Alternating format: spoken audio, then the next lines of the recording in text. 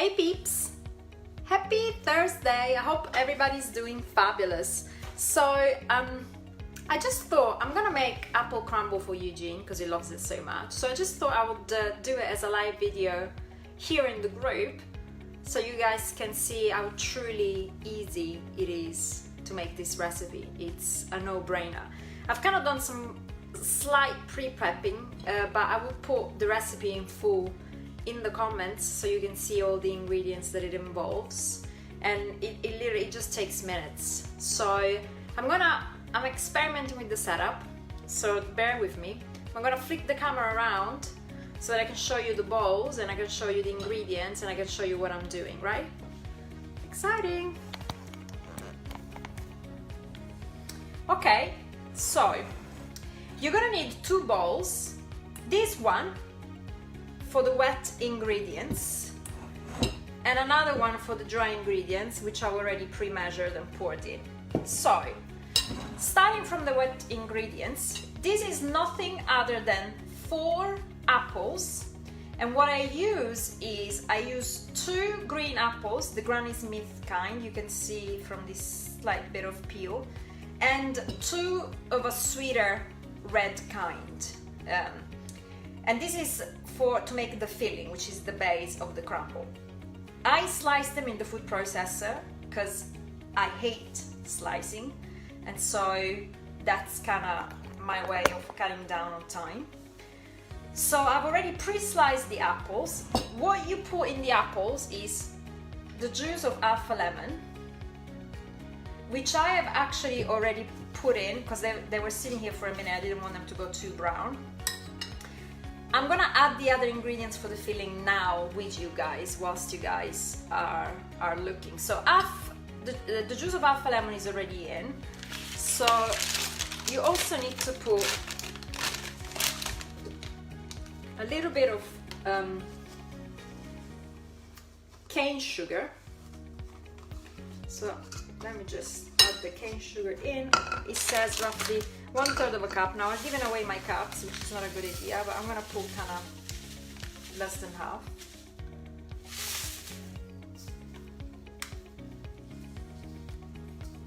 One-third of a cup cane sugar, and this is the one I'm using.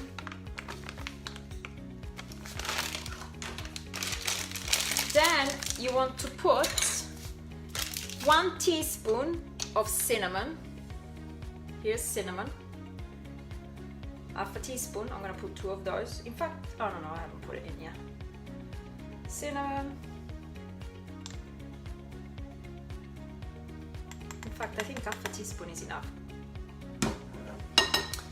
Wonderful. Then we're gonna put some corn flour or corn starch, just so that it kind of thickens the filling just a little bit more and makes it a little bit creamier. So it calls for 1.5 tablespoons of cornstarch.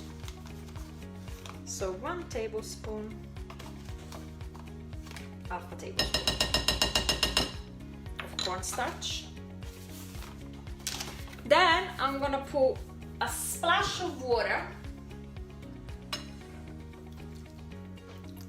Not very much, literally just a splash, because the apples will release their own water, so you don't need to add too much of that in there. And then you need a little ground ginger. Less than half a teaspoon. So let me see. I'm gonna put half a teaspoon.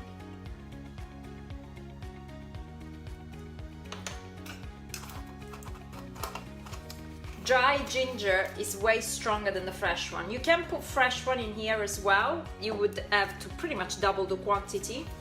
The dry one is kind of more intense. And then a little bit of nutmeg.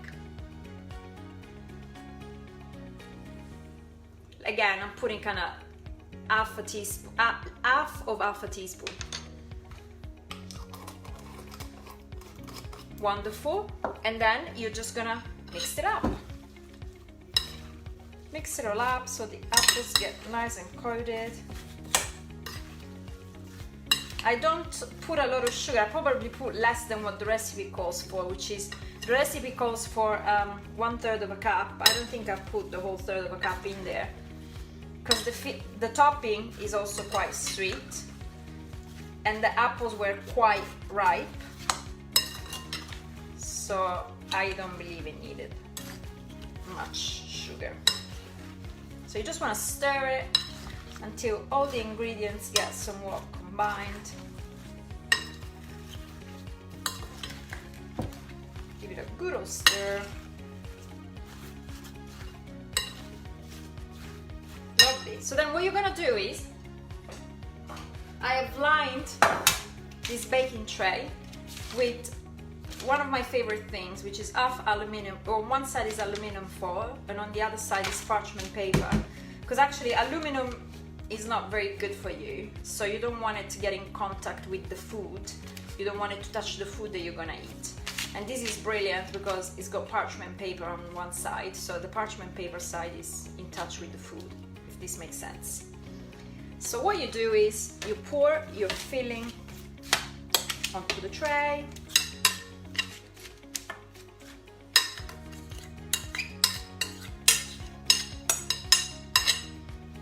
Wonderful. You just spread it evenly, or somewhat evenly.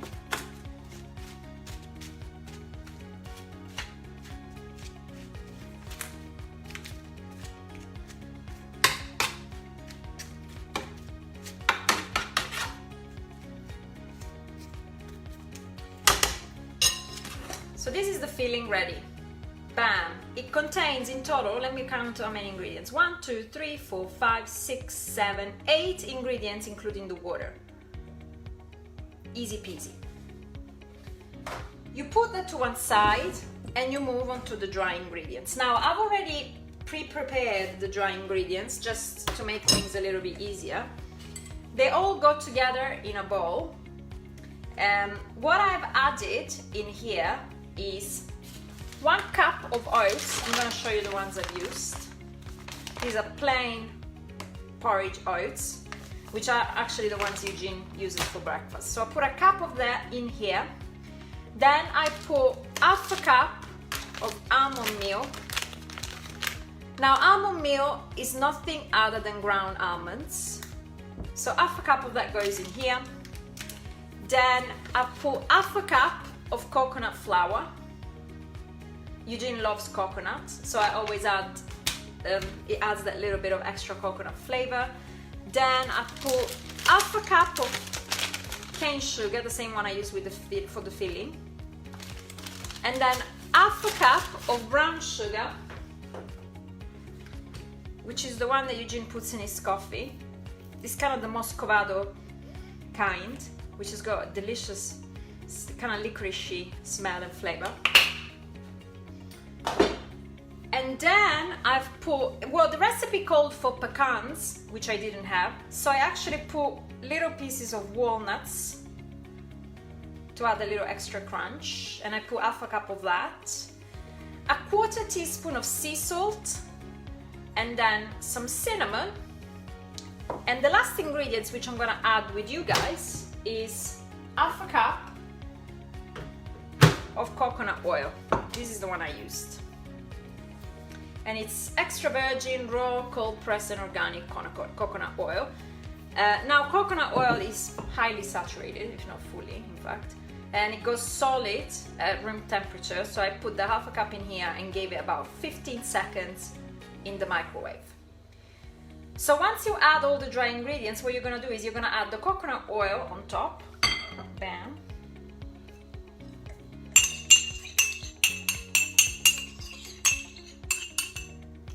And then you're just gonna stir it up until it becomes all crumbly. They say to do it with your hands. I'm not a huge fan of that. I don't find it's needed anyways. So you give it a good old stir, try and break down the clumpy bits of flour and sugar. This is something that Eugene loves, and he, because of his physique and metabolism and just DNA predispositions, can get away with eating even daily. He has a dessert every day after dinner. I'm not gonna eat much of this, if any at all, simply because through the years my tolerance for processed sugar has really diminished, and now whenever I have something that has sugar of any kind in it, I can feel it right away. And this is not to say that I never eat it. If I really feel like it, or if it's a special occasion or whatever, if I really want to treat myself, I will go ahead and have some, but it's not part of my daily eating plan. And I'm being completely honest with you guys. I don't want you to think that because I'm making it, I will therefore eat it in abundance. If you can eat desserts without them affecting your goals, aspirations, your overall health and well-being, like in Eugene's case, then by all means, don't deprive yourself. But if eating those desserts regularly actually takes away from your life more than it gives, then question it and wonder, how can I find a healthier balance? So I want to be very honest with you guys, because it's important, you know? You might see the video and think, oh, see, there you go, she eats apple crumble every day. How does she get the results that she wants? And the truth is, I don't eat apple crumble every day. That's how I get the results that I like. I enjoy making it for him, I enjoy eating it occasionally, and it's a good special occasion dish. By the way, this freezes beautifully. So what I'll do is, once it's ready, I'll show you pictures and I'll show you what I do with it, which is leave half in the fridge for him to eat as he pleases, and put the other half in individual portions in the freezers so that it doesn't go bad, because it's gonna be quite a bit of crumble that comes out of this. Okay, so enough yapping. This is kind of the end product. You can see it's nice and crumbly. Yum. It smells amazing because it's got that kind of coconut flavor about it. I don't mind the big chunks, they kind of add to the texture. That's the topping. So what you're gonna do now, you're gonna put the topping over the filling in an even-ish layer. Spread it all over. I don't know if you guys can see me. Hopefully you kind of can. I'm improvising with the setup. This is kind of the lightest part of our kitchen, so I'm going for light and bright so you guys can see. Put it all over.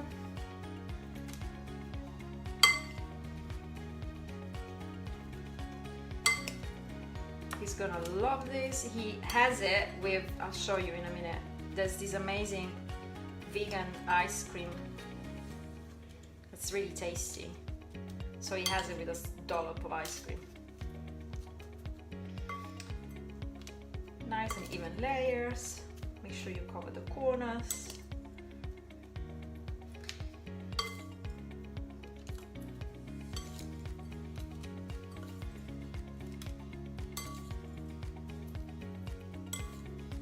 A little bit here, a little bit there, a little bit there. It's looking good. Final spoon, off it goes. And this is the final product. Well, no, not quite final, it needs cooking, of course. But what I'm gonna do is I'm gonna pop this in the oven, which has been preheating roughly 175 Celsius. And I think it roughly takes about half an hour. I definitely would check it after half an hour to see if it's ready. You will know that it's ready, and I'll show you a picture once it's done, because it's nice and golden at the top, evenly golden. You want to check it regularly after half an hour so that it doesn't, because it can burn quite quickly, the top can burn quite quickly. It's good to have bits that are a little bit more cooked, but you don't want to burn it because it will spoil the flavor. Pop it in the oven, 30 minutes minimum, maybe more, depends on the oven. And then what I'm gonna do is I'm gonna post the final picture in the group once it's ready, together with in fact, I'll show you the ice cream now. I'll grab it from the freezer.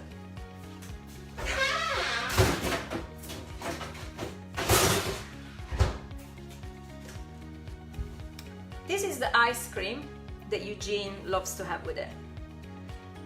Almond salted caramel by Alpro. It's delicious, again very decadent. So I want to do these tutorials, and I'll be doing more and more of them, because I want you to show you that shifting towards eating more plants, and this is not to say that you only have to eat plants, but eating more plants doesn't have to mean feeling deprived. Let me pop this in the oven.